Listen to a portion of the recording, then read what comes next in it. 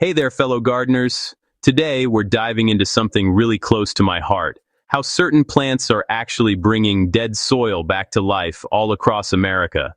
So, stick around because you might just find the perfect plant to revive your own patch of earth. There's something magical about soil that comes back to life, that rich, earthy smell. The burst of green that seems almost defiant after months, maybe even years, of struggling. If you're anything like me, you've stared down a patch of ground that looked utterly hopeless and thought, there's gotta be a way. This article isn't here to just inspire you, it's here to arm you with the knowledge to transform tired, depleted dirt into thriving, fertile soil. Welcome to Roots Haven Ground's deep dive into 10 plants that are literally bringing dead soil back to life across America. Whether you're a weekend gardener trying to resurrect a neglected backyard patch, or an experienced grower looking for reliable soil-building tools, these plants have been battle-tested and simplicity approved. Let's dig in. First up, clover, nature's nitrogen factory. If soil had a breakfast cereal, clover would be the daily multivitamin. It's one of the easiest cover crops to grow and is notorious for fixing nitrogen, which essentially means it pulls usable nitrogen from the air and deposits it right into your soil. What makes clover so dependable is its low maintenance. Just sprinkle seeds in early spring or fall, and you'll start seeing lush green mats covering bare soil within weeks. Clover doesn't just feed the soil. Its dense root system protects against erosion and breaks up compacted earth. For beginners, start with a mix of white and red clover. The white provides ground cover, while red works deeper. For experienced growers, consider interseeding clover with grasses to improve soil structure even further. Next, let's talk about alfalfa, the deep-rooted soil transformer. Alfalfa isn't just for horse pastures, it's a gardener's secret weapon. This plant's taproot can penetrate hardpan layers that other roots just can't touch. As it grows, it breaks up compacted layers, opening channels that improve water infiltration and aeration. Alfalfa also adds organic matter as its roots die and decompose, enriching the soil with carbon. For best results, plant alfalfa in early spring. I've personally watched clay soil in my backyard turn crumbly and life-ready after just one season of alfalfa. Pro tip: once established, mow alfalfa before it blooms to prevent it from going to seed. This encourages more root growth and better soil penetration.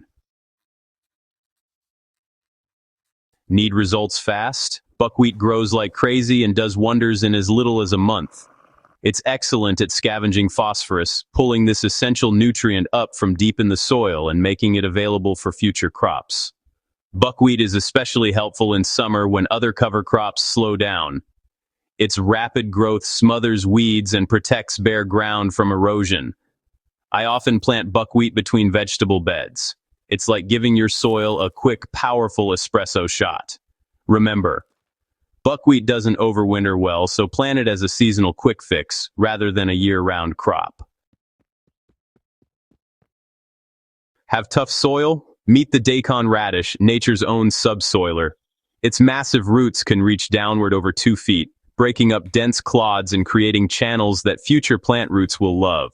When the tops die back, the roots leave behind tunnels that enhance drainage and microbial activity. This is especially valuable in heavy clay soils where water tends to pool. In my garden, daikon radish has literally transformed patches that once puddled for days after rain into soil that drinks water like a sponge.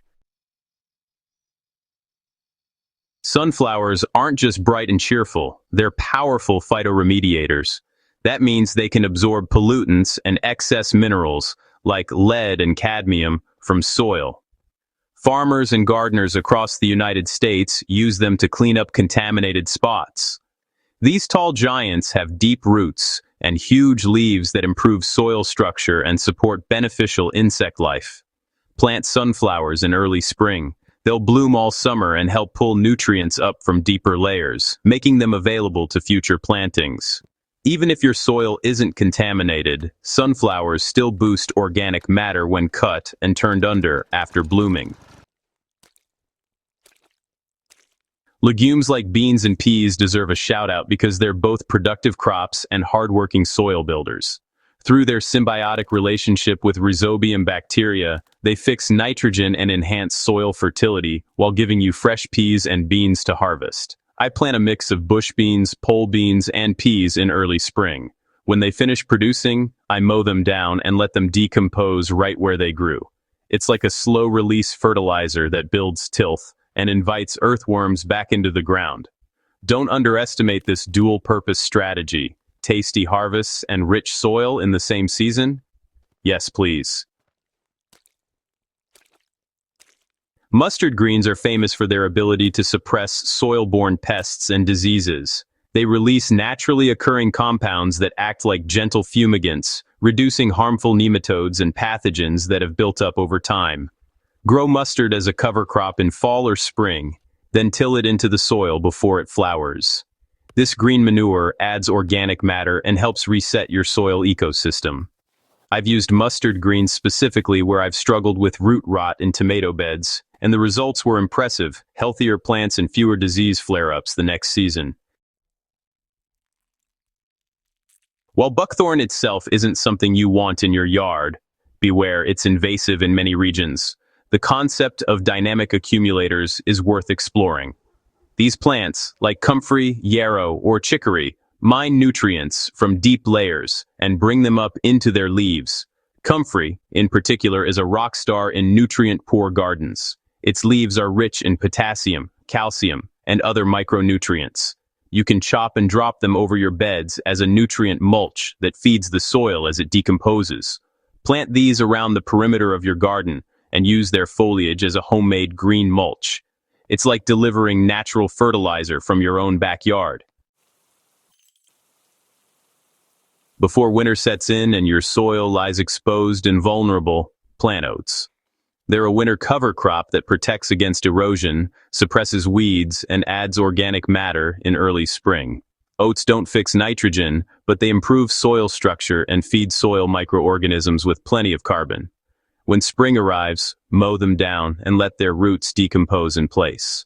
In my northern beds, where winter winds relentlessly strip bare soil, oats have turned stagnant ground into lively, spring-ready plots. Last but certainly not least is borage, a blue-flowered plant that's a magnet for pollinators and a subtle soil improver. Its roots are known to mine trace minerals and build soil organic matter as they turn over. Borage is forgiving and drought-tolerant, making it a great choice for gardens in dry, depleted soils. Plant it alongside vegetables or in fallow areas to keep your soil covered, enriched, and buzzing with beneficial insects. I always leave a patch of borage to self-seed. It comes back strong year after year, quietly enhancing soil health without demanding much attention. Now that you know the star players, here's how to make them work for your soil. Start with soil tests. Even inexpensive DIY kits give you a snapshot of pH and key nutrients. Knowing where your soil starts helps you choose the right plant mixes. Adjust pH first if needed. Most soil builders perform best in the 6 to 7 range. Mix and match. Don't rely on one plant alone. For example, clover and oats together cover soil, fix nitrogen, and improve structure faster than either on its own.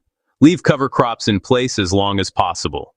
The longer roots develop, the more organic matter you're building underground. Cut before seeding. Most soil builders do their best when you mow them down before they go to seed. This encourages new growth and lets you incorporate green matter directly into the soil. Rotate yearly. Switch between deep-rooted and surface cover plants. This keeps your soil life dynamic and prevents nutrient depletion. Growing healthy soil isn't about miracles. It's about relationships. It's about understanding which plants work with your land, not against it. The 10 plants above have guided countless gardeners from frustration to fertility. If you invite them into your garden with intention and care, you'll be amazed at the transformation. Thanks for digging into this with me. If you found these insights helpful, and I know you will, don't forget to subscribe to Roots Haven Grounds on YouTube for more real-world gardening wisdom. Share this article with your fellow soil lovers and let's grow fertile ground, one plant at a time. Subscribe to Roots Haven Grounds.